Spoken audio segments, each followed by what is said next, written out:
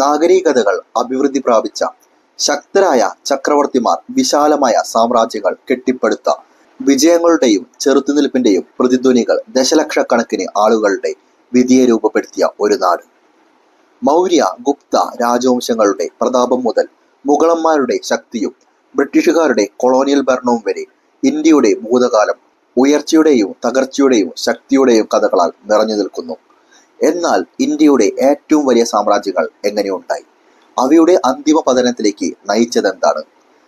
നമുക്ക് കാലത്തിലൂടെ ഒരു യാത്ര നടത്തി ഇന്ത്യയുടെ അവിശ്വസനീയമായ ചരിത്രം പര്യവേക്ഷണം ചെയ്യാം.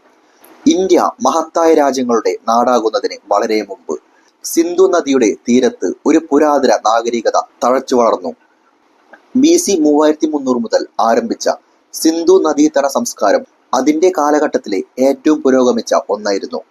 ഹേരപ്പ, മൊഹൻജദാരോ തുടങ്ങിയ നഗരങ്ങൾ ശ്രദ്ധേയമായി നന്നായി ആസൂത്രണം ചെയ്യപ്പെട്ടവയായിരുന്നു. സങ്കീർണമായ ഡ്രെയിനേജ് സംവിധാനങ്ങൾ, ഇഷ്ടിക കൊണ്ടുള്ള വീടുകൾ, മെസോപ്പൊട്ടാമിയയുമായി ബന്ധിപ്പിക്കുന്ന അഭിവൃദ്ധി പ്രാപിച്ച വ്യാപാര ശൃംഖലകൾ എന്നിവയായിരുന്നു അവ. മറ്റ് പുരാതന നാഗരികതകളിൽ നിന്ന് വ്യത്യസ്തമായി സിന്ധു നദീതടത്തിലെ ജനങ്ങൾ രാജാക്കന്മാരുടെയോ യുദ്ധങ്ങളുടെയോ രേഖകൾ അവശേഷിപ്പിച്ചില്ല. അവിശ്വസനീയമായ കൃത്യതയോടെ നിർമ്മിച്ച സമാധാനപരമായ നഗരങ്ങൾ മാത്രം. എന്നാൽ ഈ മഹത്തായ നാഗരികത BC 1300 നിഗൂഢമായി ക്ഷയിച്ചു. കാലാവസ്ഥാ വ്യതിയാനം, നദികളുടെ മാറ്റങ്ങൾ, കുടിയേറ്റ ഗോത്രങ്ങളുടെ അധിനിവേശം എന്നിവ സിന്ധു നദീതട നാഗരികതയുടെ തകർച്ചയിലേക്ക് നയിച്ചുവെന്ന് സിദ്ധാന്തങ്ങൾ സൂചിപ്പിക്കുന്നു. സിന്ധു നഗരങ്ങൾ മങ്ങിയതോടെ ഒരു പുതിയ സംസ്കാരം ഉയർന്നു വരാൻ തുടങ്ങി. ആര്യന്മാരുടെ നേതൃത്വത്തിലുള്ള വേദനാഗരികത. അവർ സംസ്കൃതം, ജാതി വ്യവസ്ഥ, ഹിന്ദു മതത്തിന്റെ അടിത്തറ എന്നിവ അവതരിപ്പിച്ചു. ഇന്ത്യയിൽ പിൽക്കാലത്ത് ഉയർന്നു വന്ന മഹത്തായ രാജ്യങ്ങൾക്ക് ഈ യുഗം അടിത്തറയിട്ടു. നൂറ്റാണ്ടുകളായി ഇന്ത്യ ചെറിയ രാജ്യങ്ങളായി വിഭജിക്കപ്പെട്ടു. എന്നാൽ BC 321 ചന്ദ്രഗുപ്ത മൗര്യൻ എന്ന മിടുക്കനായ യോദ്ധാവ് നന്ദ രാജവംശത്തെ അട്ടിമറിച്ച് ഇന്ത്യയുടെ ആദ്യത്തെ വലിയ സാമ്രാജ്യമായ മൗര്യ സാമ്രാജ്യം സ്ഥാപിച്ചു. അദ്ദേഹത്തിന്റെയും പിന്നീട് അദ്ദേഹത്തിന്റെ ചെറുമകനായ അശോക ചക്രവർത്തിയുടെയും ഭരണത്തിന് കീഴിൽ മൗര്യ സാമ്രാജ്യം ലോകത്തിലെ ഏറ്റവും ശക്തമായ ഒരു സാമ്രാജ്യമായി മാറി. തുടക്കത്തിൽ ക്രൂരനായ ഒരു നേതാവായിരുന്നു അശോകൻ. കലിംഗ യുദ്ധത്തിന്റെ നാശം കണ്ടതിനു ശേഷം ചരിത്രത്തിന്റെ ഗതി മാറ്റിമറിച്ചു. യുദ്ധത്തിന്റെ ഭീകരതയിൽ പ്രചോദിതനായി അദ്ദേഹം ബുദ്ധമതം സ്വീകരിച്ച് ഏഷ്യയിലുടനീളം ബുദ്ധമതത്തിന്റെ ആശയങ്ങൾ പ്രചരിപ്പിച്ചു.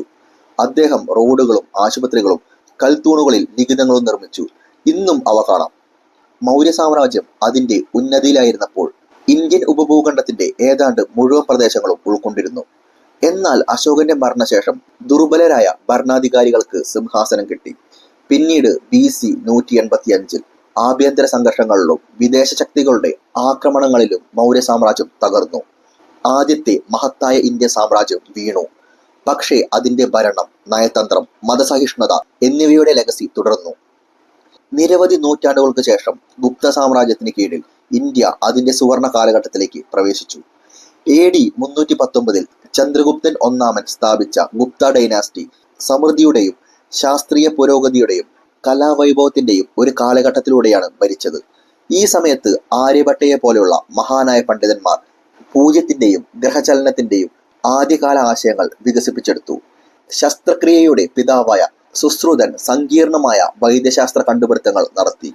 ഇന്ത്യയിലെ ഏറ്റവും വലിയ കവികളിൽ ഒരാളായ കാളിദാസൻ സാഹിത്യ മാസ്റ്റർ പീസുകൾ രചിച്ചു. ഹിന്ദു ക്ഷേത്രങ്ങൾ അഭിവൃദ്ധി പ്രാപിച്ചു. ജാതി വ്യവസ്ഥ സമൂഹത്തിൽ ആഴത്തിൽ വേരൂന്നി.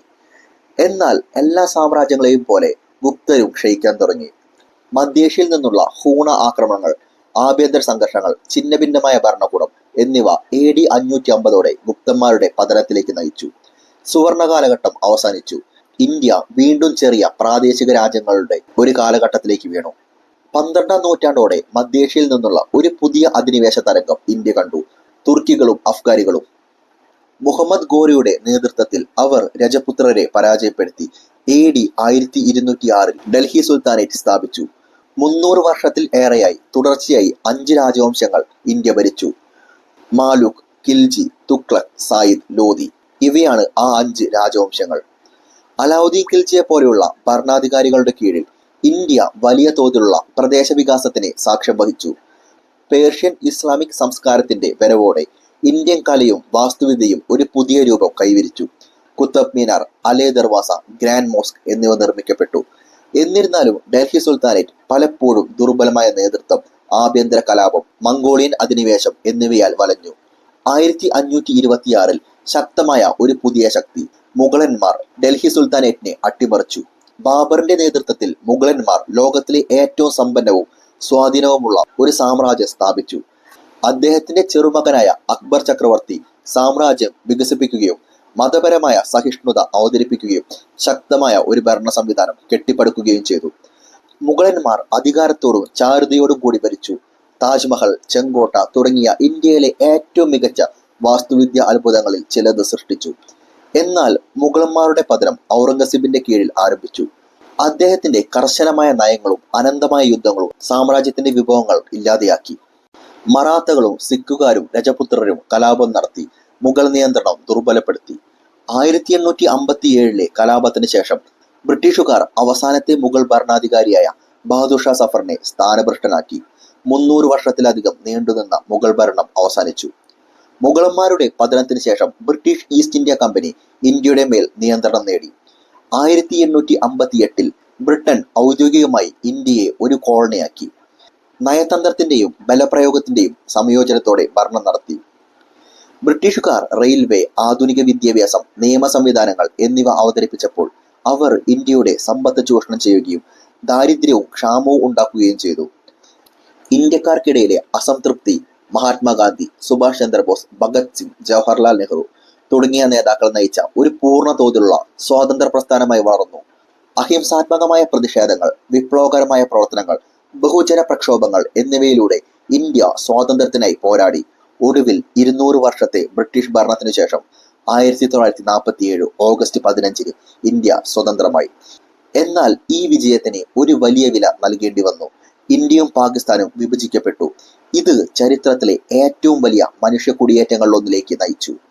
ശക്തരായ മൗര്യന്മാരും ഗുപ്തന്മാരും മുതൽ മുഗളന്മാരുടെ മഹത്വവും ബ്രിട്ടീഷുകാർക്കെതിരെയുള്ള പോരാട്ടവും വരെ ഇന്ത്യയുടെ ചരിത്രം വൻ ശക്തികളുടെ ഉയർച്ചയ്ക്കും താഴ്ചയ്ക്കും തെളിവാണ്. എന്നാൽ സാമ്രാജ്യങ്ങൾ മങ്ങിയപ്പോഴും അവരുടെ പാരമ്പര്യം ഇന്ത്യയുടെ സംസ്കാരത്തിലും സ്വത്വത്തിലും തുടർന്നു. ഇന്ന് ഇന്ത്യ ശക്തവും സ്വതന്ത്രവുമായ ഒരു രാഷ്ട്രമായി നിലകൊള്ളുന്നു. അതിന്റെ ഭൂതകാലത്തിന്റെ ജ്ഞാനം വഹിച്ചുകൊണ്ട് അതിന്റെ ഭാവി രൂപപ്പെടുത്തുന്നു. ഇന്ത്യയുടെ ചരിത്രം രാജാക്കന്മാരെയും യുദ്ധങ്ങളെയും കുറിച്ചുള്ളത് മാത്രമല്ല, അത് പ്രതിരോധശേഷിയും പരിണാമവും അതിന്റെ ജനങ്ങളുടെ തകർക്കാനാവാത്ത ഊർജത്തെയും കുറിച്ചാണ്. ഇന്ത്യയുടെ ഉയർച്ചയുടെയും താഴ്ചയുടെയും കഥയാണിത്. തലമുറകളെ പ്രചോദിപ്പിക്കുന്ന ഒരു കഥ. ഇതുപോലെ ചരിത്ര സംബന്ധമായ വീഡിയോകൾ കാണാൻ ഇഷ്ടമാണെങ്കിൽ അതുൽ വിജയൻ എന്ന ഈ ചാനൽ ഇപ്പോൾ തന്നെ സബ്സ്ക്രൈബ് ചെയ്യുക. ഇതുപോലെ തന്നെ നിങ്ങൾ ഓരോരുത്തരും മനസ്സിലാക്കിയിരിക്കേണ്ട മറ്റൊരു വിഷയവുമായി ഞാൻ വീണ്ടും വരാം. അതുവരേക്കും ബൈ ഫ്രം അതുൽ വിജയൻ.